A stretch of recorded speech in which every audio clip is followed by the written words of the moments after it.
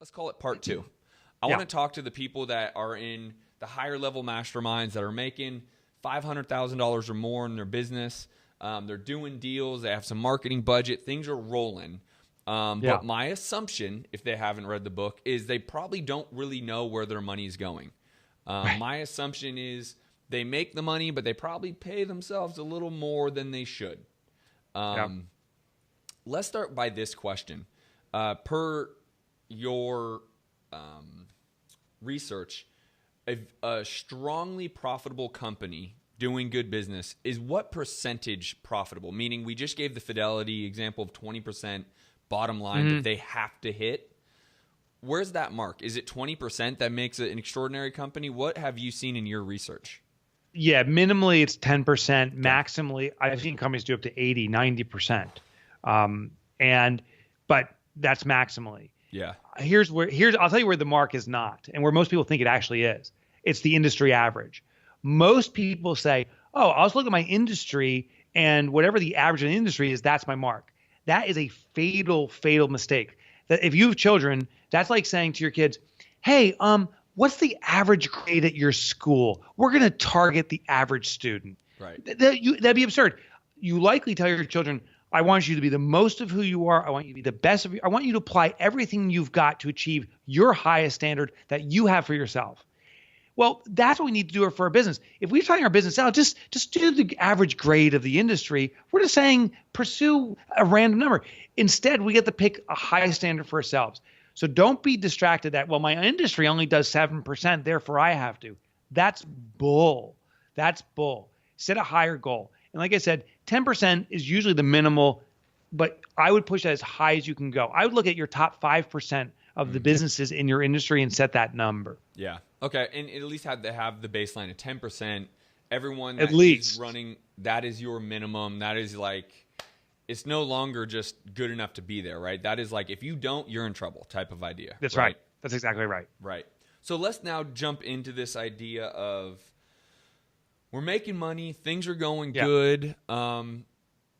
Whether it was a law firm or not, I don't know why the law firm keeps getting. You gave an analogy about a 7-figure earning company or gross top line, but they were paying themselves almost $200,000 a year out of that million.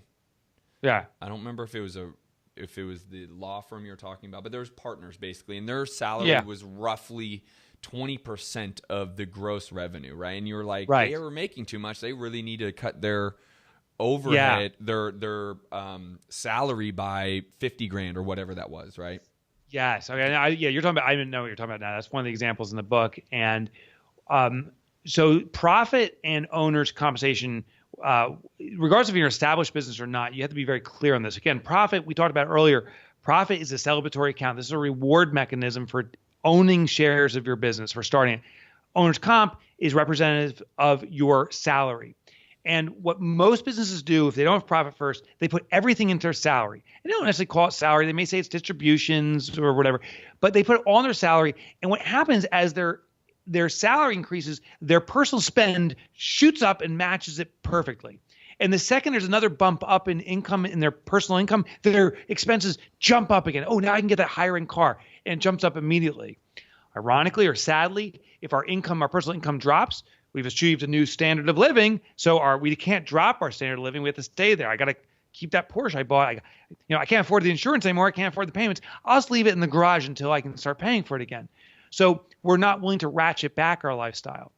So in our business, we need to decrease in certain circumstances the income that goes to the owners of the business as regular compensation so that they can get a normal lifestyle, not an excessive lifestyle, but a normalized one.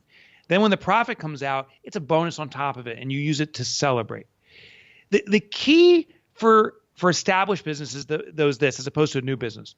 If you're an established business, you have had some degree of profitability over time. I mean, it may be 0%, maybe it's 1%, maybe it's minus 1%, but you've gone full cycle. If we instantly say, starting today, you got to do at least 10% or 20%, it may be such a fast, abrupt change to your past that it'll actually damage the company. It could crush you. So in an established business, Justin, we do incremental improvements. We look at what your history was. We can use that instant assessment report to do that. Then we say, historically, you've actually had a 0% profit. That's cool. Then starting this quarter, we're only going to do 1% of your top line money allocated to profit to see how you do. Mm-hmm. Then next quarter we'll do 2, and the quarter after that maybe we'll do 4 or 5. But you slowly ramp it up. Last analogy, it's like going to the gym. I would never go to the gym for the first time and say, I'm going to start bench pressing 400 pounds today. Right. It would rip the sockets out of my shoulders. My bird chest would just collapse. Right. So instead, I bench 30 pounds. And yes, everyone makes fun of me, but at least I start at 30 pounds. And the next time I go there, I'm benching 40 and then 50, and I build up that muscle. And I can get to maybe 450, something I'll never do. It probably would never. But I can build the strength. It's something you have to build over time, and that's what you have to do with profit too. Yeah, and so I think that was the next question is I love the 1% analogy. Is that where you'd recommend these guys to start? So for example, they're making, let's just use $1 million a year to keep Bubba math easy, right? Because a lot of these guys who are at this other level, they've built close to, if not above, a 7-figure a year gross top line. Yeah. Where can they start? If they had to start today, let's direct them today. Do the same thing we did with the beginners. Tell them today where to start, the bank accounts, percentages if you can, if you're able to give like a percentage that should be in each bucket. So the absolute minimal startup that you can do and you have to do literally right now while you're watching this podcast immediately is call your bank and set up one account. I am lowering the bar here. It's so easy. You can go online and say, I want to set up a checking account or a savings account. That's it. Right. Allocate 1% of your total income to profit. And the reason that works is if $1,000 comes in today, I'm saying take 1% of that. That's literally $10. Right. So if you can run your business off $1,000, you can run your business off $990. There's no consequence there. But you'll start allocating money to a profit. $1 million company, 1% of that is $1,000. If you can run your business off of $1 million, you can run it off of 999,000, right? I mean, it's so insignificant. But what is significant is you'll start seeing, hey, if I can do $1,000 profit, maybe I can do 5 or 10. Right. So that's where you get started. Then I would go to the next level and set up the remaining accounts. Just as we talked about in the other part of this interview, in our discussion here, the core accounts are income, profit, owner's comp, tax, and operating expenses. Set those all up. Now, when it comes to the right percentages, you got to use that chart, Justin, that you shared, because there's all different range businesses. I'll give you an example, but I want everyone listening. This is just an example of what it could be like. I'm not saying this is right for you. You have to go through that chart. I call these TAPs, by the way, the target allocation percentage.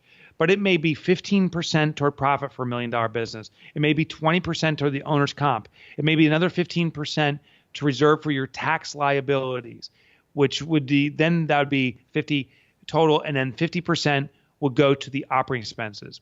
And what happens is money flows in, we allocate it from the income account to these different accounts, 15, 20, 15, every single time. So the money's in these envelopes, and we know before we spend the money what purpose it's meant to serve. Profit distribution, pay for myself, or whatever. Paying the bills of the business, that's the operating expenses. The key here, though, is that is a target, not the starting point. And I'm not even saying the targets I gave you are right for you. They're in that chart. But start wherever you historically have been +1. So if you've had no profits in the past, we're going to start by allocating 1%. If you've been paying yourself on average 15% of the income has been actually paid out to the owners, now we're going to go from 15 to 16. If you've never paid tax out of the business before to pay your personal tax liability, which most businesses never have, that would be a 0. We add 1%. It's now 1%. And the operating expenses, which was 50% before, or whatever it would be now, drops down by 3. Now it's 47%. And you start this slow change. It's like spinning up a flywheel. You're not going to get rich quick this way, but you will get rich in confidence very quickly. And over time, you'll see you'll be more profitable than ever before.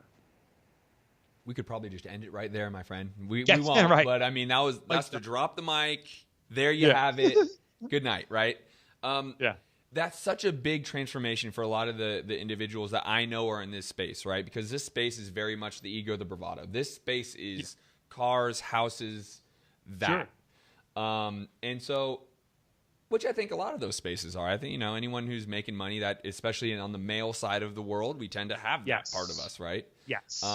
To your point, I think where I got caught very early on, and I continue to have to check myself because as money gets better, you do things that you're like, oh, wow. Sure. What's this? I don't know.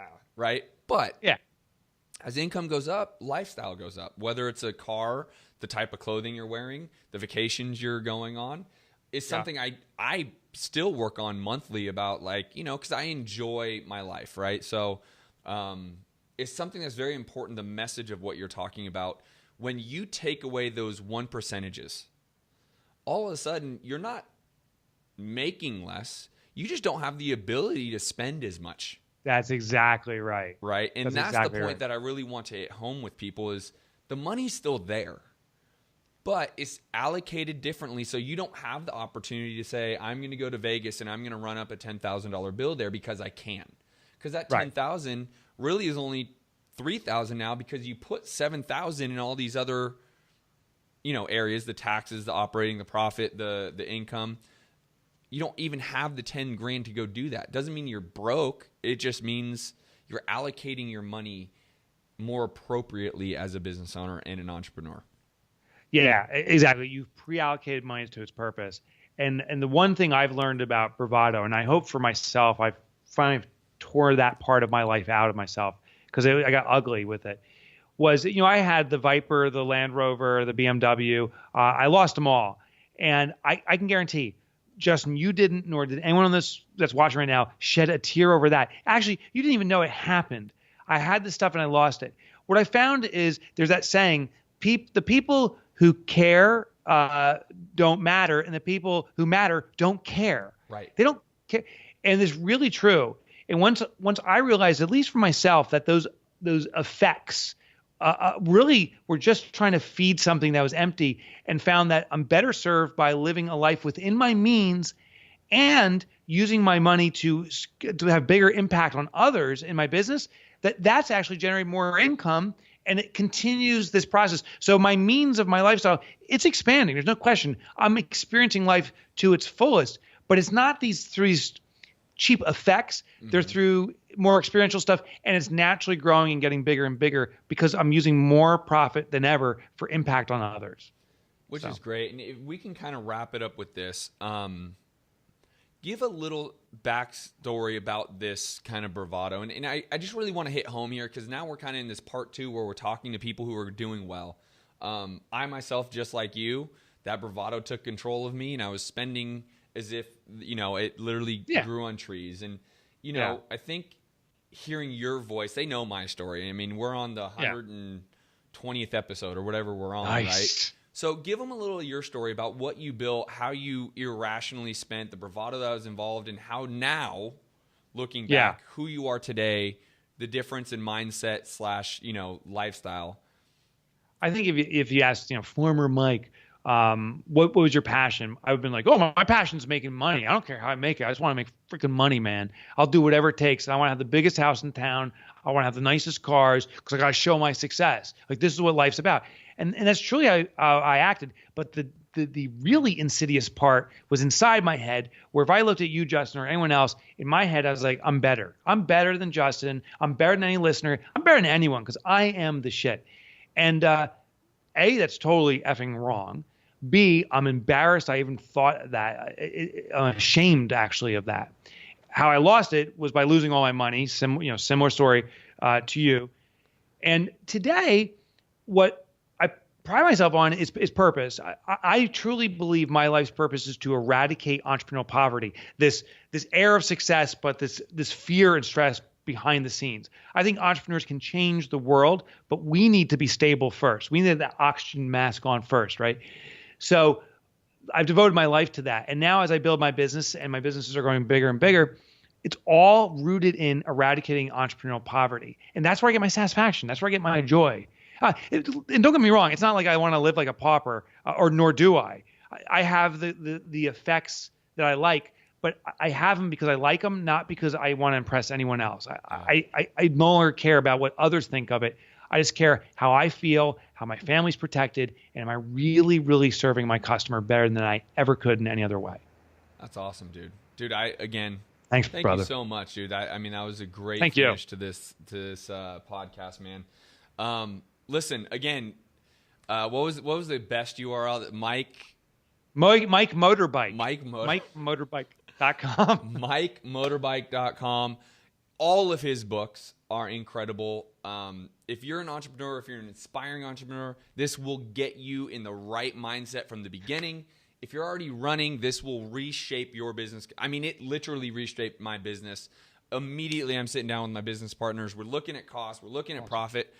Dude, you are an incredible person. You're an incredible entrepreneur, and this message needs to be out there. So thank you again for coming on Science Flipping. Justin, thank you. Good luck to everyone. Yes. All right, guys, that is it. We will be back with another episode next week. Thank you for being loyal listeners. Get over and get the free stuff. Scienceofflipping.com. I just want to give and help, to Mike's point, eradicate the entrepreneurial irrationalism and just help you guys get into the game and profit while you're in the game. So peace out. We'll see you on the next episode.